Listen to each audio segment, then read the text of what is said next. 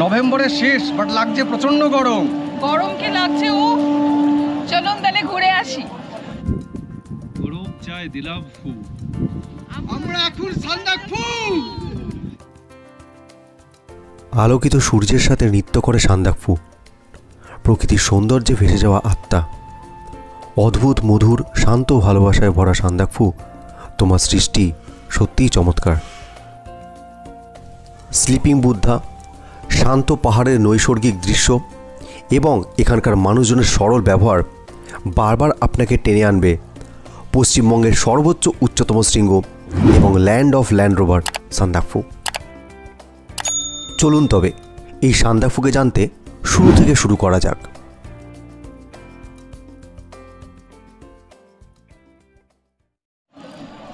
মুড়ি চানাচুর মাখা এবং সঙ্গে একটি লঙ্কা হলো বাঙালির আর এক ইমোশনস।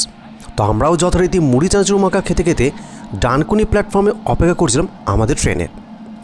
08047 সাঁতরাগাছি গুয়াহাটি স্পেশাল ডানকুনির 2 নম্বর প্ল্যাটফর্ম থেকে 7টা 15 নাগাদ ট্রেনটি ছেড়ে দিল এবং আমরাও যথারীতি সময় আমাদের ডিনার করে নিলাম। আর এরপরেই ঘটে গেল এক চমৎকার। কী চমৎকার সেটা আপনারা নিজেরাই দেখে নিন।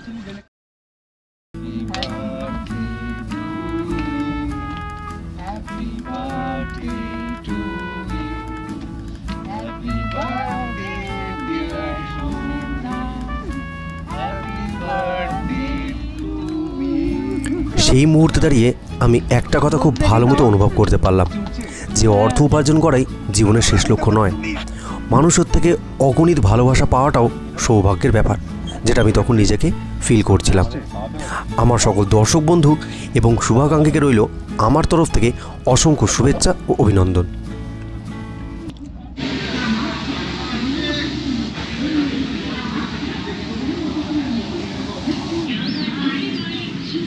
Good morning everyone, good morning from NJP. আর আমরা এলাম আজকে সাঁতরাগাছি গুয়াহাটি স্পেশালে। আর ট্রেনটা রীতিমতো 2 ঘন্টার ওপর লেট, এখন বাজে 7:45। তো আমাদের তো জার্নি জানো, আজকে আমাদের সান্দাকফু যাওয়ার কথা। তো দেখা যাক কতক্ষণে পৌঁছাই আমরা। আর রাস্তায় যেতে যেতে অনেক কিছু ট্যুর প্ল্যান আর অনেক কিছু দেখানোরও আছে। তো চলো ভিডিওর সাথে জুড়ে থাকো।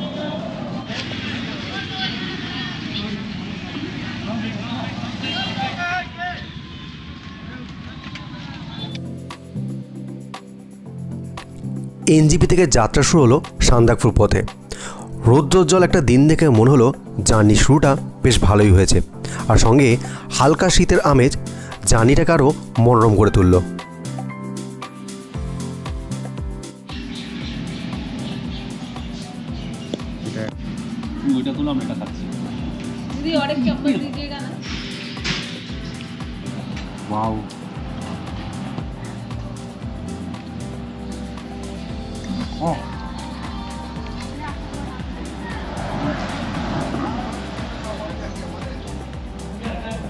তো এটা হচ্ছে স্কাইওয়ে মাল্টি কিচেনের রেস্টুরেন্ট।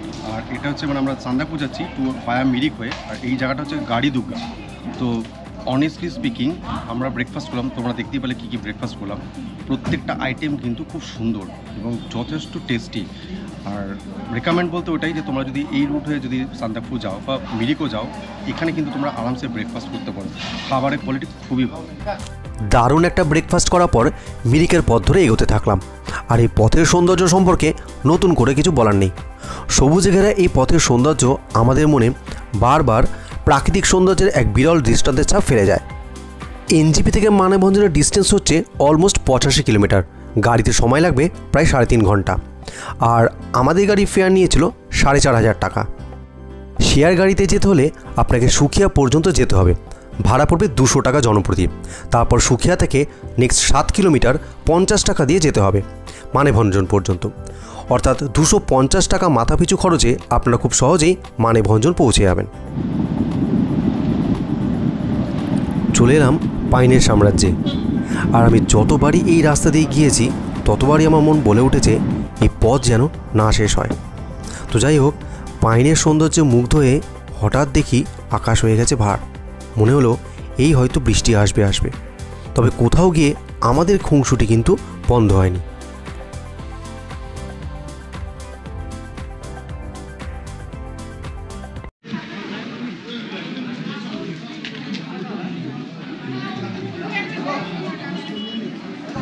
তো এই মানেভঞ্জনের সবথেকে বড় সমস্যা যেটা হবে গাড়ি পাওয়া কিন্তু। আর আমরা কিন্তু এখানে অলমোস্ট 1 ঘন্টা ধরে দাঁড়িয়ে আছি।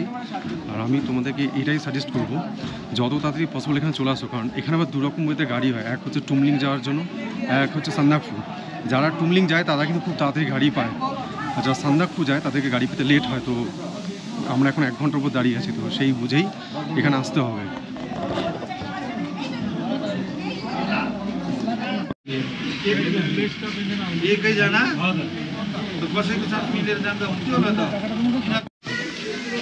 আচ্ছা, এখন বাজে অলমোস্ট দুটো বাজে, আর আমরা এখানে 12টার থেকে আছি। এবার আমি তোমাদেরকে পুরো সিনারিওটা বলি।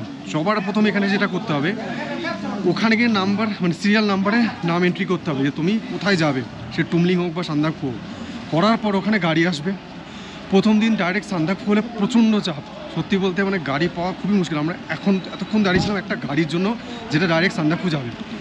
তো গাড়ি পেলে তোমাকে গাড়ি ড্রাইভারের সাথে কথা বলে কনভিন্স করতে হবে যে তারা সান্দাকফু যাবে কি না।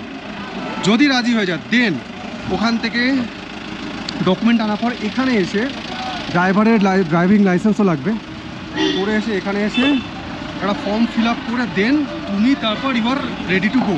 তো এই হচ্ছে ফুল প্রসিডিওর। তো এটা কিন্তু খুব লাকের ব্যাপার, কারণ গাড়ি এই শনি রোববার যারা বলে, আমি যা শুনলাম আমরা, প্রচণ্ড পাওয়া খুব মুশকিল। তো অ্যাজ আর্লি অ্যাজ পসিবল চেষ্টা করে এখানে এসে বুক করা। যদি সান্দাকফু যাও তো টুমলিং হলে মোটামুটি যে কোনো গাড়ি চলে যায়, সেটাই কোনো অসুবিধা নেই। তো সান্দাকফু হলে যত তাড়াতাড়ি সম্ভব এখানে চলে এসো, এটাই আমার বলার।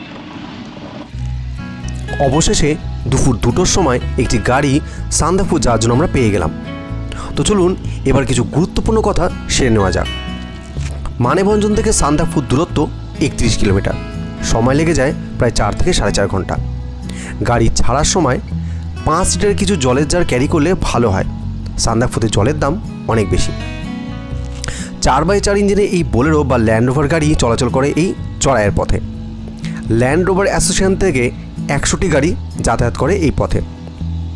দুপুর 2টোর পর কোনো গাড়ি যায় না। স্ক্রিনের ওপর আমি ফেয়ার চার্ট শেয়ার করলাম। আমাদের সান্দাকফু ট্যুর 2 রাত 3 দিনে খরচ হয়েছিল গাড়ির থাকা নিয়ে 12,000 টাকা। আপনারাও এই চার্ট দেখে অতি সহজেই আপনাদের খরচকে অনুমান করে নিতে পারবেন। গাড়ি ছেড়ে দেওয়ার পর যে কাজটা অত্যন্ত গুরুত্বপূর্ণ সেটা হলো সিঙ্গালীলা ন্যাশনাল পার্কের পারমিট করা। তার খরচ হচ্ছে গাড়ির জন্য 450 টাকা আর জনপ্রতি 120 টাকা করে। পারমিট করাতে গেলে ভোটার কার্ড বা আধার কার্ড অত্যাবশ্যক।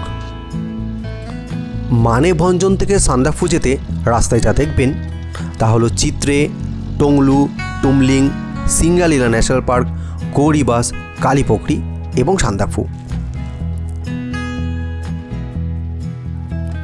The land of land rover প্রায় 70 বছর ধরে 1957 সালের ক্লাসিক সিরিজের একটি মডেলের প্রায় 42টি গাড়ি মানেভঞ্জন থেকে সান্দাকফু পর্যন্ত এই দুর্গম পথে পরিষেবা দিয়েই চলেছে।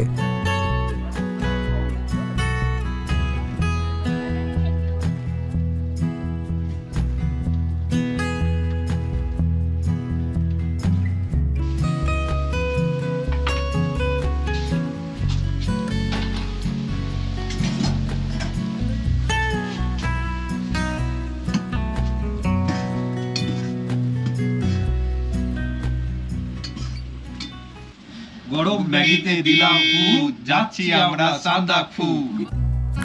গরম ম্যাগিতে দিলাম ফু, যাচ্ছি আমরা সান্দাকফু। সত্যি এই শীতের মধ্যে আর এই কনকনে ঠান্ডাতে গরম ম্যাগি, পাহাড়ের গরম ম্যাগি যে কতটা সুস্বাদু খাবার সেটা আমরা তখন সবাই মিলে বুঝতে পারছিলাম। তাই এই কনকনে ঠান্ডাতে সান্দাকফু যাওয়ার পথে এই গরম ম্যাগির স্বাদ আমাদের কাছে অতুলনীয় লাগলো। সান্দাকফু যাওয়ার দিন আমরা খুব একটা ভালো ওয়েদার পাইনি, গোটা পথটাই ঘন মেঘে আচ্ছন্ন ছিল। সেই জন্য যাওয়ার পথে আমরা খুব একটা হল্ট নিইনি। তবে কথা দিচ্ছি ফেরার পথে সমস্ত স্পটগুলোকে খুব সুন্দরভাবে আপনাদের সামনে তুলে ধরব। তবে কোথাও গিয়ে এই ওয়েদার যেন আমার মনের মধ্যে একটা দারুণ আলোড়ন সৃষ্টি করলো। মনে হলো এক নতুন রূপে প্রকৃতিকে দেখলাম। গোটা রাস্তাটাই যেন মেঘ আমাদের সঙ্গী হয়ে থাকলো এবং প্রত্যেকটা মুহূর্তকে উপভোগ করতে থাকলাম নতুন রূপে।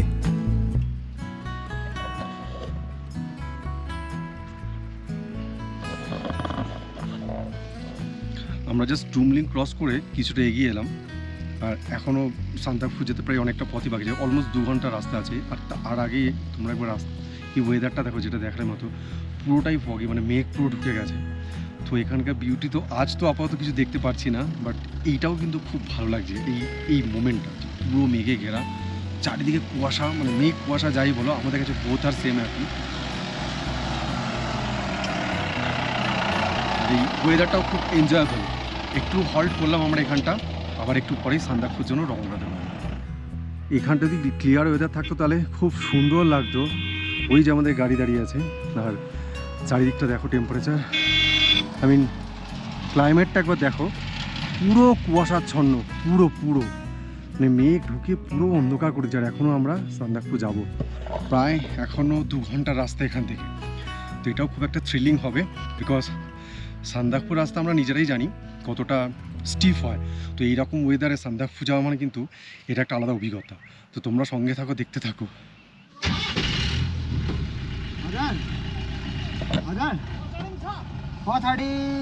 नेपाली ग्रुप गयो ल्यान्ड रोभरको भने छैन।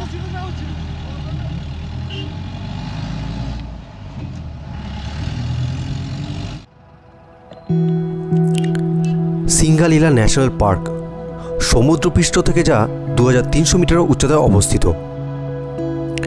সিঙ্গালীলা ন্যাশনাল পার্ক 78.6 বর্গ কিলোমিটার এলাকা নিয়ে সমুদ্রপৃষ্ঠ থেকে 2300 মিটার থেকে 4000 মিটার উচ্চতায় সিঙ্গালীলা রিজে অবস্থিত। 2000 থেকে 3600 মিটারের মধ্যে ঘন বাঁশ, ওক, ম্যাগনোলিয়া এবং রডোডেনড্রন বন সিঙ্গালীলা রিজকে ঢেকে রেখেছে। সান্দাকফুকে বিষাক্ত উদ্ভিদের পর্বত বলা হয়, কারণ এখানে হিমালয় কোবরা লিলি জন্মায়। এখানকার অন্যতম আকর্ষণ হলো red panda and Himalayan black বিয়ার, যার দেখা খুব সহজে মেলে না।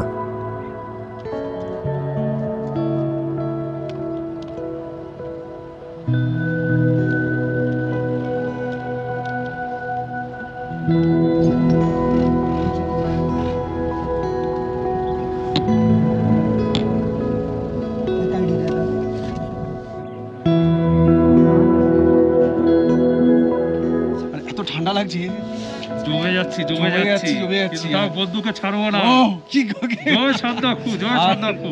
ওইখানটায় দেখা যাচ্ছিল একটা মিষ্টি সানসেট, বাট দেখা গেল না, আনফর্চুনেট। পরের দিন দেখা যাবে। আমরা সবাই এখানে দাঁড়িয়ে একটু এনজয় করছি ওয়েদারটাকে। চলো সামনে আরও কি আছে দেখা যাক, ওয়েট করছে, বাট খুব ঠান্ডা। দেখে নাও, একজনকে দেখতে থাকো। সান্দাকফুতে খালি আমরা সবাই করছি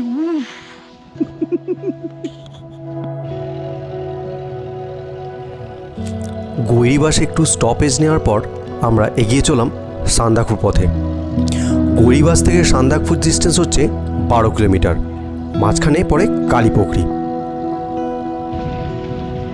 গৈরিবাসের পর থেকে রাস্তা মোটেই ভালো নয়, যথেষ্ট চড়াই আর যথেষ্ট দুর্গম। এই 12 কিলোমিটার পথ আমরা কীভাবে গেছি সেটা হয়তো খুব একটা দেখাতে বা বোঝাতে পারবো না, তবে এটুকু বলতে পারি রাস্তা ভয়ানকভাবে খারাপ। প্রায় সন্ধ্যা হয়ে গেছিল, চারিদিকটা প্রচণ্ড অন্ধকার। যাওয়ার পথে আমরা রাস্তাটাকে সেভাবে বুঝতে পারিনি, বাট ফেরার পথে ঠিক বুঝেছিলাম যে কি ভয়ানক রাস্তা অতিক্রম করে পৌঁছেছিলাম সান্দাকফু। মানেভঞ্জন থেকে প্রায় 31 কিলোমিটার দুর্গম পথ অতিক্রম করে পৌঁছে গেলাম আমাদের ড্রিম ডেস্টিনেশন সান্দাকফু। আজকের ভিডিও এখানেই শেষ করছি, তবে এর পরের ভিডিওতে থাকছে নৈসর্গিক সান্দাকফুর অপূর্ব কিছু মুহূর্তের বিরল কিছু দৃশ্য। Till then, tata, take care and stay safe and stay blessed. আর হ্যাঁ, ভিডিওটা যদি ভালো লেগে থাকে তাহলে অবশ্যই like, comment, share and subscribe করতে ভুলবেন না।